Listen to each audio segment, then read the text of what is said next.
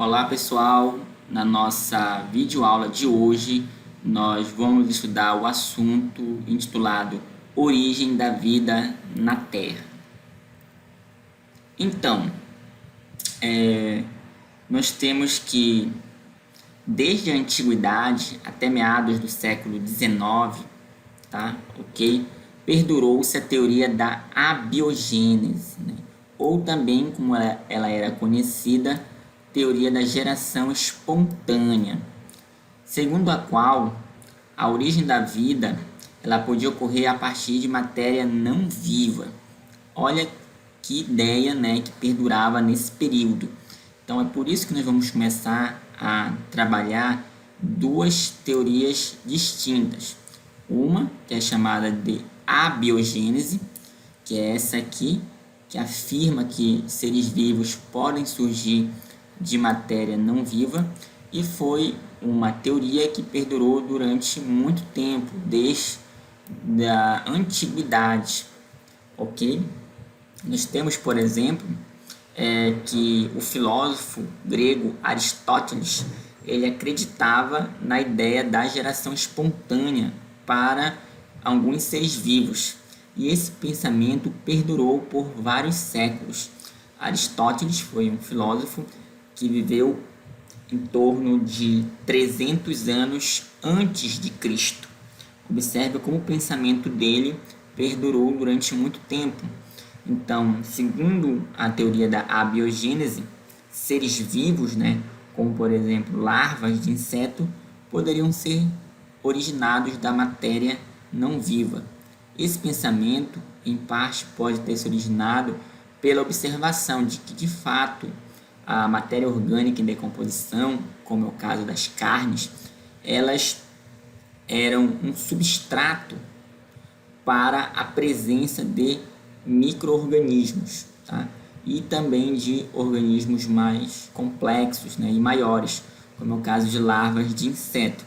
Então, as pessoas acabam fazendo essa associação de que a matéria não viva poderia ser capaz de gerar seres vivos, ok? Então, isso era conhecido como a teoria da abiogênese. Entretanto, com o avanço da ciência, vários experimentos científicos contestaram a abiogênese, tudo bem? Então, é isso que nós vamos ver, né, a partir desse e dos próximos slides, quais foram esses experimentos. Em 1668, o italiano chamado Francesco Redi investigou a suposta origem de vermes na carne em decomposição, até porque a carne em decomposição, como nós vimos no slide anterior, era um ambiente muito propício para a presença de micro-organismos. Então aqui nós temos uma imagem do Francesco Redi, tudo bem? E ele começou a investigar de fato, né, de maneira mais científica, a origem aí desses seres vivos na matéria orgânica não viva, pessoal.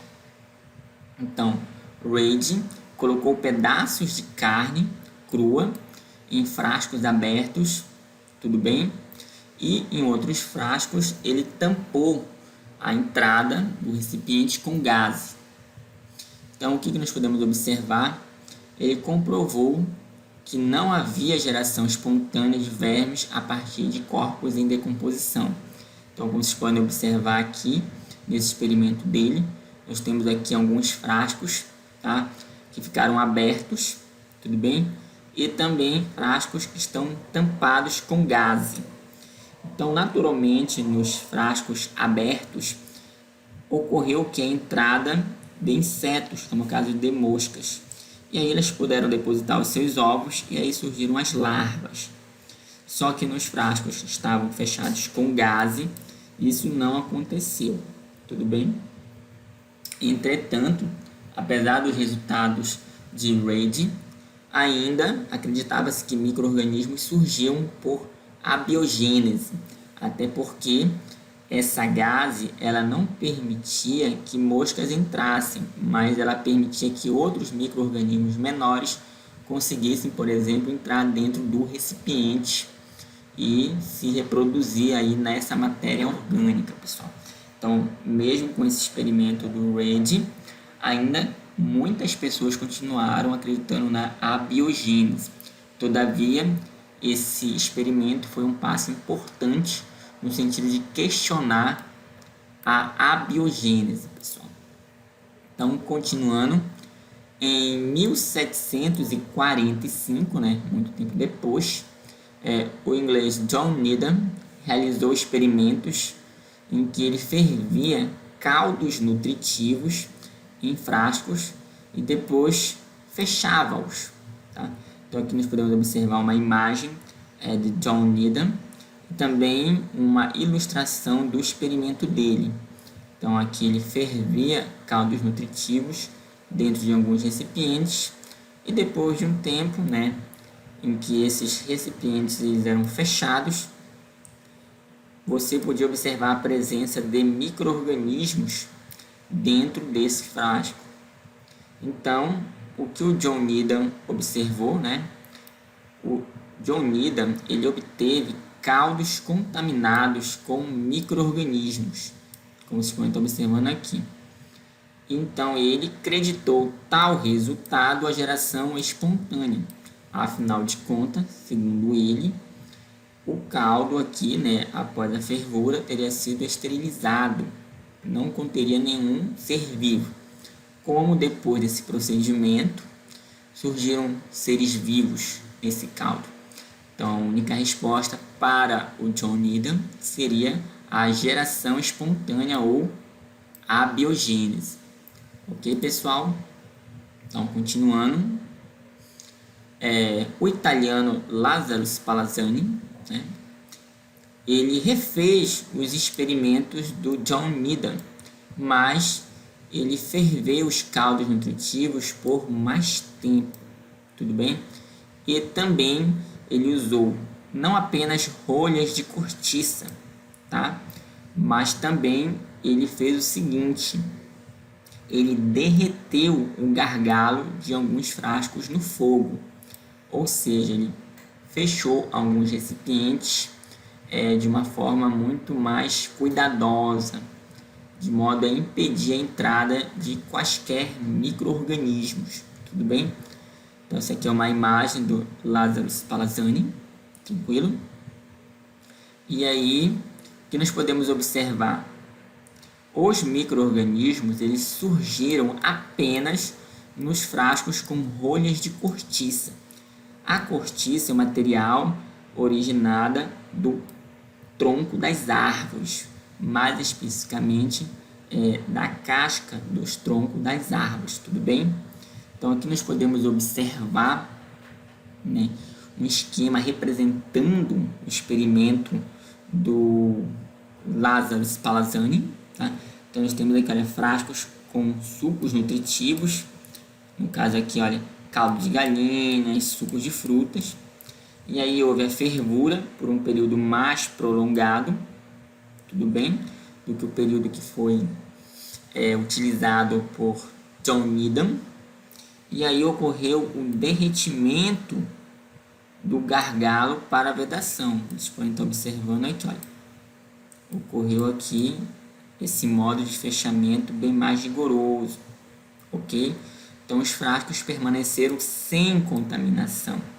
Ou seja, o processo utilizado pelo Lazzaro Spallanzani é um processo mais rigoroso e muito mais cuidadoso do que o realizado por John Needham. Por isso, no experimento aqui do Lazzaro Spallanzani, não surgiram micro-organismos no interior dos frascos. Mesmo assim, John Needham acreditava que a fervura prolongada e a vedação total dos frascos impediam que a força vital, né, como ele chamava, entre outras pessoas que acreditavam na abiogênese, pudessem ser a causa da não geração espontânea. Ou seja, a polêmica continuou, né, entre a abiogênese, ou seja, a geração espontânea, tá? E a ideia de que não era possível gerar seres vivos a partir de outros pré-existentes, né? Já seria aí o caso da biogênese, tudo bem? Como nós vamos ver com mais detalhe um pouco mais à frente. Então, a partir de 1860, o francês Louis Pasteur realizou vários experimentos, entre os quais ele amoleceu os gargalos de alguns frascos no fogo, esticando-os e curvando-os em forma de pescoço de cisne. Tá? Em seguida, ele ferveu os caldos até que saísse vapor pela extremidade dos gargalos. Ou seja, dessa forma ele permitiu que ocorresse a entrada de ar no interior dos frascos, uma coisa que seria essencial para a origem, né, ou pela formação aí de novos seres vivos, né, como defendia as pessoas que acreditavam na abiogênese, tudo bem? Então, ao resfriar, o alho podia penetrar no interior dos frascos, ok? Mas o que acontecia? Os micro-organismos eles ficavam retidos nos gargalos, pessoal. Então, aqui nós podemos observar o experimento do Louis Pasteur, que é esse pesquisador francês aqui do lado esquerdo do vídeo de vocês. Então, ele colocou aqui, olha, no interior desses recipientes, né, caldo nutritivo, tá? E aí ele esticou, né, o gargalo aqui desses frascos, como vocês podem estar observando. E aí o caldo ele foi o que? Fervido, tá? De modo que o conteúdo aqui no interior fosse esterilizado. Tudo bem? Alguns dias após esse procedimento, o caldo nutritivo continuou livre de micro-organismos, ok? Então isso aí já derrubava a ideia da geração espontânea, né? Porque o alho podia entrar no interior do recipiente, que seria, segundo os pensadores, né, que defendiam a ideia da biogênese, essencial para o surgimento da vida.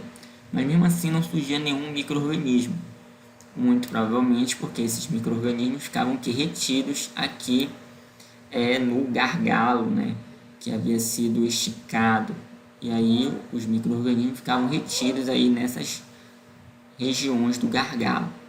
Quando o pesquisador ele quebrava aqui, olha, esse gargalo, que acontecia, surgiam o que?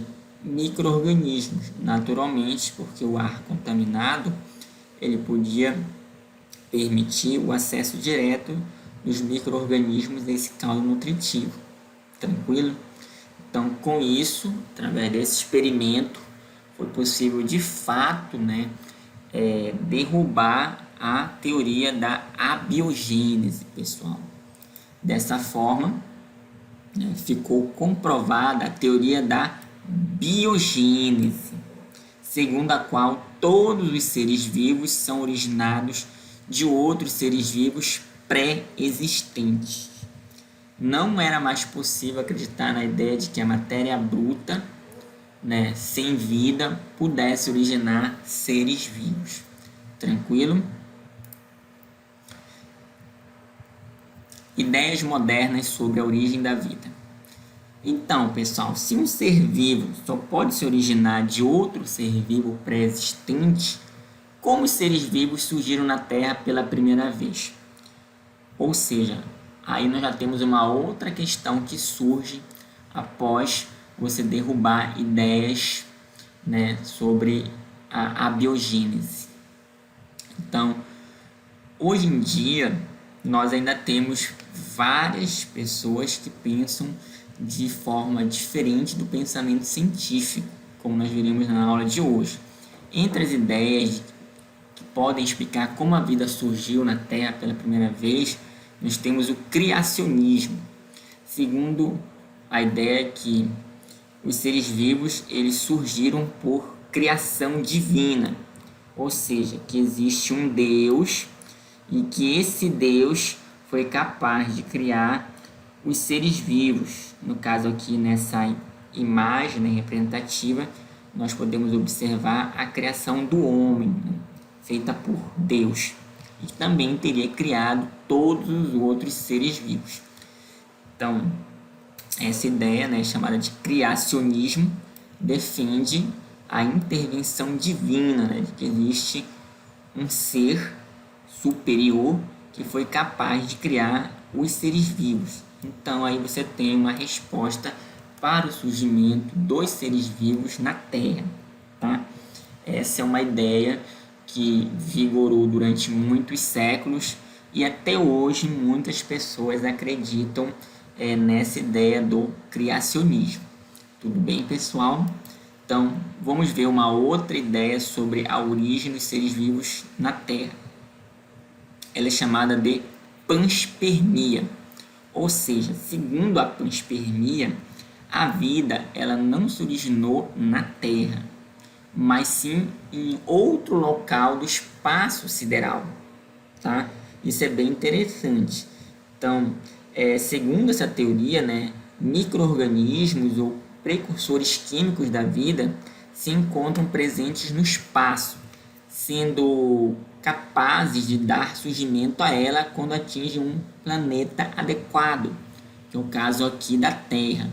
Então, esses seres vivos ou essas substâncias químicas que poderiam dar origem à vida, elas poderiam ter chegado à Terra através de meteoros ou meteoritos.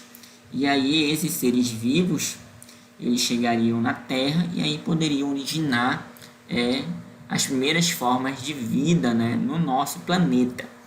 Mas se vocês pararem para pensar direito, essa ideia da panspermia nada mais faz do que apenas transferir o surgimento da vida do nosso planeta para um outro local do espaço. Mas aí vem uma outra pergunta. Se a vida surgiu em outro local do espaço, como foi que a vida surgiu nesse outro local do espaço? Entenderam?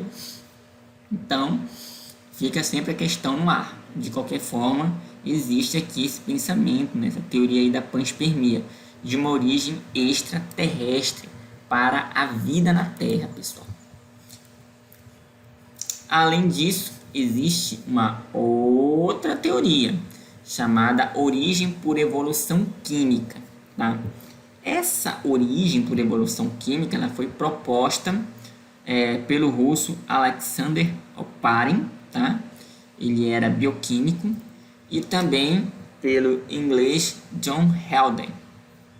Então, os dois formularam a hipótese de origem por evolução química, que é a hipótese, que se transformou aí em uma teoria devido ao fato de ela estar sendo apoiada por várias evidências científicas, tudo bem? De forma que ela consegue explicar melhor como teria surgido os primeiros seres vivos na Terra. Então vamos tentar entender um pouquinho melhor sobre essa teoria. Então, segundo a teoria da origem por evolução química, o que se tem é o seguinte, que nas condições da Terra primitiva, em torno aí de 4 a 3,5 bilhões de anos atrás, compostos inorgânicos combinaram-se originando moléculas orgânicas simples, como é o caso dos aminoácidos, pessoal, que por sua vez eles se combinaram produzindo moléculas mais complexas, como é o caso das proteínas. Então vocês observem que nas condições da Terra primitiva, que eram condições bem diferentes das condições que nós temos hoje, ocorreu aí um processo de evolução química de compostos simples para compostos mais complexos que pudessem dar origem aí aos primeiros seres vivos, pessoal. Então vamos analisar melhor quais seriam as condições da Terra primitiva que permitiriam o surgimento aí dos primeiros seres vivos.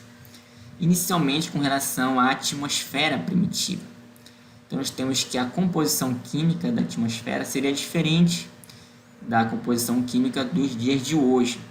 Naquele tempo, nós teríamos em torno aqui de gases presentes na atmosfera, como é o caso do gás metano, da amônia, do hidrogênio e também do vapor de água. Ou seja, a água ela se encontrava no estado de vapor, pessoal, na atmosfera. Além disso, nós teríamos o que? Temperatura muito alta, tudo bem? Então, por isso que a água só existia na forma de vapor. Uma outra coisa importante é com relação à condensação do vapor. Quando isso ocorria, formava-se o que? Chuvas e tempestades. e essa água podia o quê? Formar os mares primitivos. Além disso, nesse período haviam também fortes descargas elétricas, né? Apresentadas aí pelos relâmpagos. E essas descargas elétricas, elas permitiam que reação dos gases, né? Como é o caso aqui desses gases. E com isso o surgimento de moléculas, no caso aqui as primeiras moléculas orgânicas simples, como é o caso dos aminoácidos. Então, nós teríamos aí no oceano primitivo, né, isso após milhares de anos, em que a temperatura da Terra começou a diminuir, ocorreu que a presença de extensas regiões da superfície cobertas por água, formando aqui os oceanos primitivos, graças à diminuição da temperatura. E aí você vai ter a presença de água no estado líquido, que antes estava em grande quantidade aí no estado de vapor, pessoal. Aqui nós podemos observar também o seguinte: moléculas caem nesse oceano primitivo, justamente devido aí àquelas fortes descargas elétricas que ocorriam na atmosfera e permitia que os gases presentes na atmosfera reagissem entre si. E aí esses compostos orgânicos simples ficavam nos mares primitivos, formando o que se chama de sopa orgânica. Então, nós tínhamos o quê? Que os oceanos, eles apresentavam essas moléculas orgânicas complexas em torno aí de 3,5 bilhões de anos atrás. Então, essas moléculas orgânicas mais complexas, elas são chamadas de coacervados, né? Como vocês podem observar aqui, somente você tem uma molécula orgânica e aqui você tem moléculas de água ao redor dessas moléculas orgânicas, tá? Formando aí os coacervados, tudo bem? Então, o que seriam os coacervados? Os coacervados, eles formam um aglomerado de moléculas proteicas circundadas por uma camada de água. Foram possivelmente as formas mais próximas dos primeiros seres vivos, né? Que nós podemos aí estar supondo, pessoal. Então, isso aqui eram ideias, né, que foram propostas pelo Oparin, tá?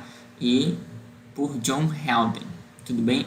Mas é importante salientar que em ciência é necessário que comprovar experimentalmente as ideias, as hipóteses, para que elas possam transformar em teorias. Então aí nós temos que a base experimental da evolução molecular na origem da vida foi estabelecida por Stanley Miller e Harold Urey, pessoal. Então, como nós podemos observar, eles fizeram um trabalho aqui na década de 50, tudo bem? E que esse experimento ele recriou a provável atmosfera da Terra primitiva.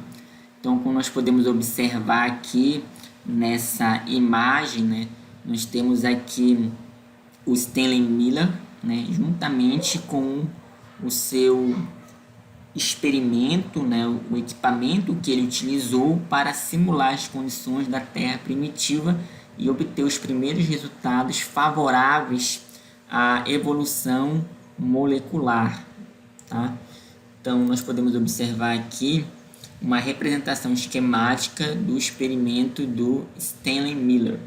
Então, ele, juntamente com seu colega de laboratório, misturaram os gases que possivelmente estariam presentes da Terra primitiva, como eu comentei anteriormente, no caso aí do metano, da amônia, do gás hidrogênio e da água no estado de vapor, pessoal, tudo bem?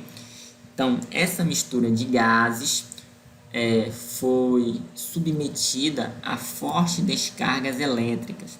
Então, vocês observem aqui a introdução da mistura de gases aqui no aparelho, tudo bem? E aqui nessa região do aparelho você tem a formação das descargas elétricas para simular aí os relâmpagos que eram frequentes na atmosfera da Terra primitiva, tudo bem? E aí, durante aproximadamente uma semana, né, o que foi que aconteceu? Os pesquisadores encontraram aminoácidos no líquido no interior do aparelho, Ou seja, os aminoácidos eles não estavam presentes antes da simulação. Eles surgiram após a simulação das condições da Terra primitiva. Olha que interessante. Então, a ideia do aparelho era simular as condições da Terra primitiva, né? Em torno aí de 4 a 3,5 bilhões de anos atrás, com altas temperaturas, como vocês podem observar aqui nessa região do aparelho, feita essa simulação, em que a água ela é aquecida e aí ela gera o vapor, tudo bem? E esse vapor da água se mistura a outros gases, e aqui você tem a formação das descargas elétricas, tudo bem? Simula aí os raios. E aí nessa região aqui do aparelho, você tem aqui o condensador, onde as temperaturas são mais baixas e a água passa do estado de vapor para o estado líquido e se precipita aqui no fundo do aparelho. Então você tem aqui a água acumulada. E nessa água acumulada foi encontrada a presença de aminoácidos, pessoal. Os aminoácidos eles estão presentes nos seres vivos, tranquilo? Esse experimento do Stanley Miller ele é um tanto histórico e simbólico. Por quê? Hoje sabe-se que a Terra primitiva teria a composição de outros gases, como por exemplo o gás carbônico, tá? E o monóxido de carbono, além do nitrogênio, mas os quais também poderiam gerar compostos orgânicos simples, como foi observado aqui no experimento do Stanley Miller. Tranquilo, pessoal? Então, esse experimento ele apoiou a teoria de Oparin sobre a evolução química aí dos compostos orgânicos, pessoal. Tranquilo? Então, supõe-se que os primeiros seres vivos eles eram unicelulares, semelhante às bactérias que nós temos hoje, né? Não necessariamente iguais às bactérias, provavelmente de formas bem mais simples do que as bactérias, tá?